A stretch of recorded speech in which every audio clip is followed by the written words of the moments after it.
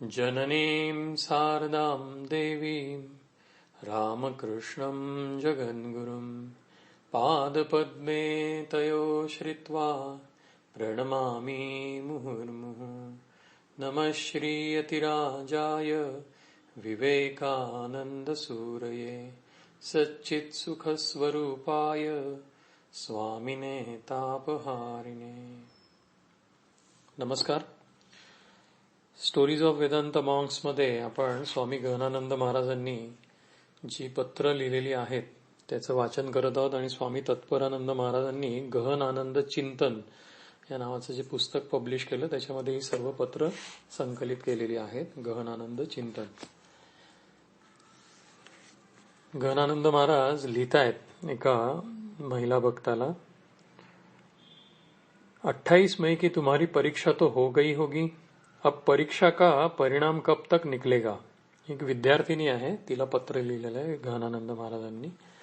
जब तक परीक्षा फल न निकल जाए तब तक दिन भर हर घड़ी मन में श्री श्री ठाकुर के नाम महामंत्र को जपती रहो.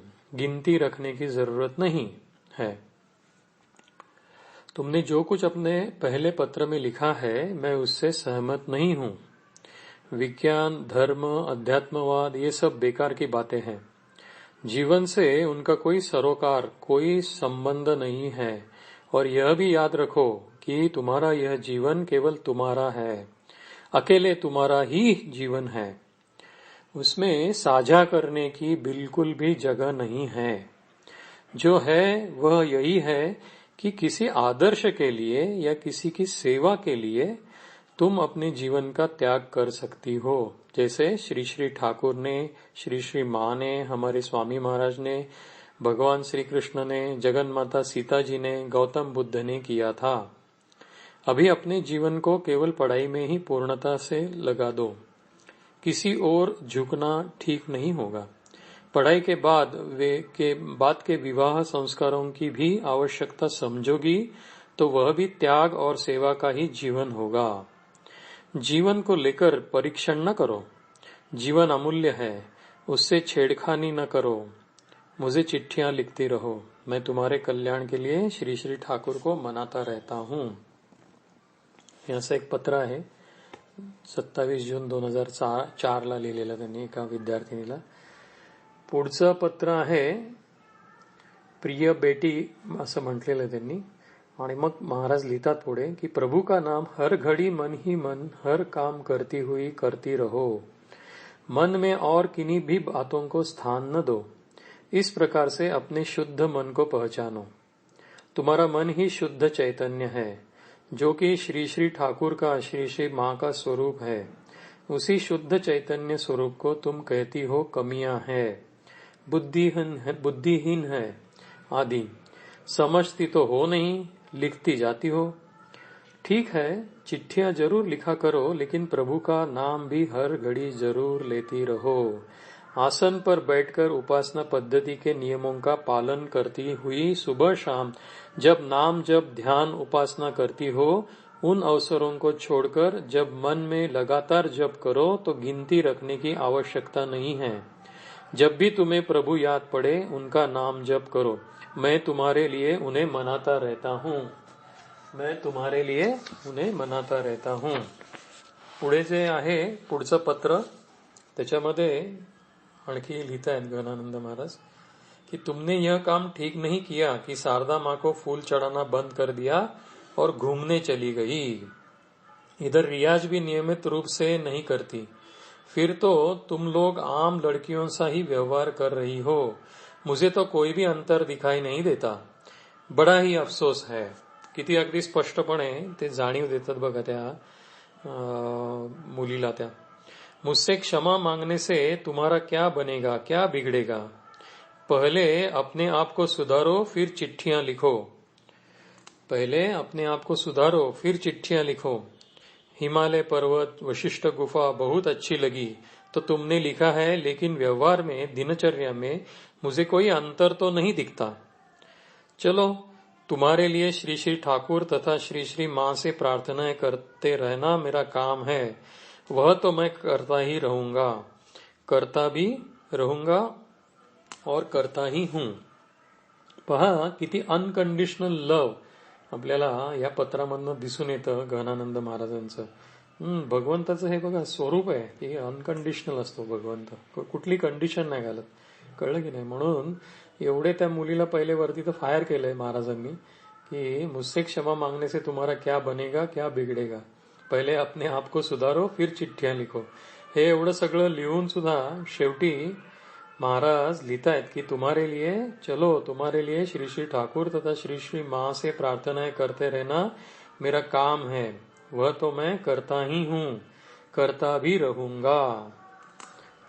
किती सुंदर पत्र आहे. पुढे अजून जे एक पत्र आहे त्याच्यामध्ये महाराज लिखतात कि तुम्हारा 7 जून का जवाबी पत्र यहाँ 5 जुलाई को पहुंच गया था.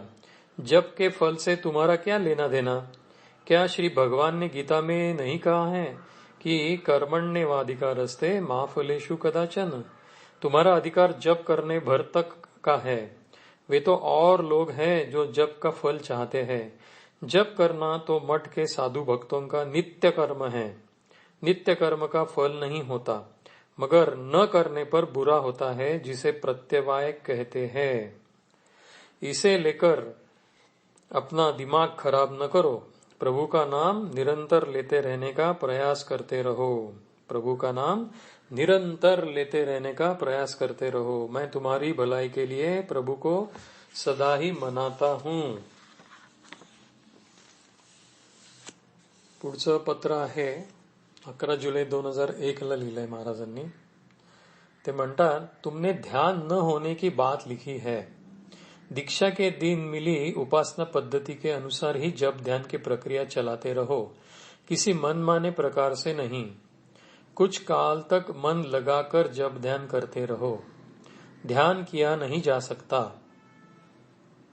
मन से दुनियादारी यानी सांसारिक सुख की वासना जो जो घटती जाती है त्यों त्यों मन साफ होता रहता है और उसी समय ध्यान में श्री श्री ठाकुर का दर्शन हो सकता है. आज्ञा चक्र पर मन को स्थिर करने का प्रयास निष्फल ही होगा. यह तुम्हारे शारीरिक प्रयास की बात नहीं है. बहुकाल तक प्रभु की कृपा पर एकांत रूप से ही निर्भर रहकर हर घड़ी दिन रात प्रभु का नाम जप करते रहो. अनंत धैर्य के साथ जप करते रहो. अनंत धैर्य के साथ जप करते रहो. उपासना पद्धति में बताए गए नियमों का पालन करने के बाद दूसरे अवसरों पर भी मन में जप करते रहो. प्रभु से प्रार्थना करने की आवश्यकता नहीं है. वे सर्वांतर्यामी हैं. वे सर्वांतर्यामी हैं. फिर भी अगर बहुत व्याकुल होने पर प्रार्थनाएं कर सकते हो. दिन रात जप करते रहो.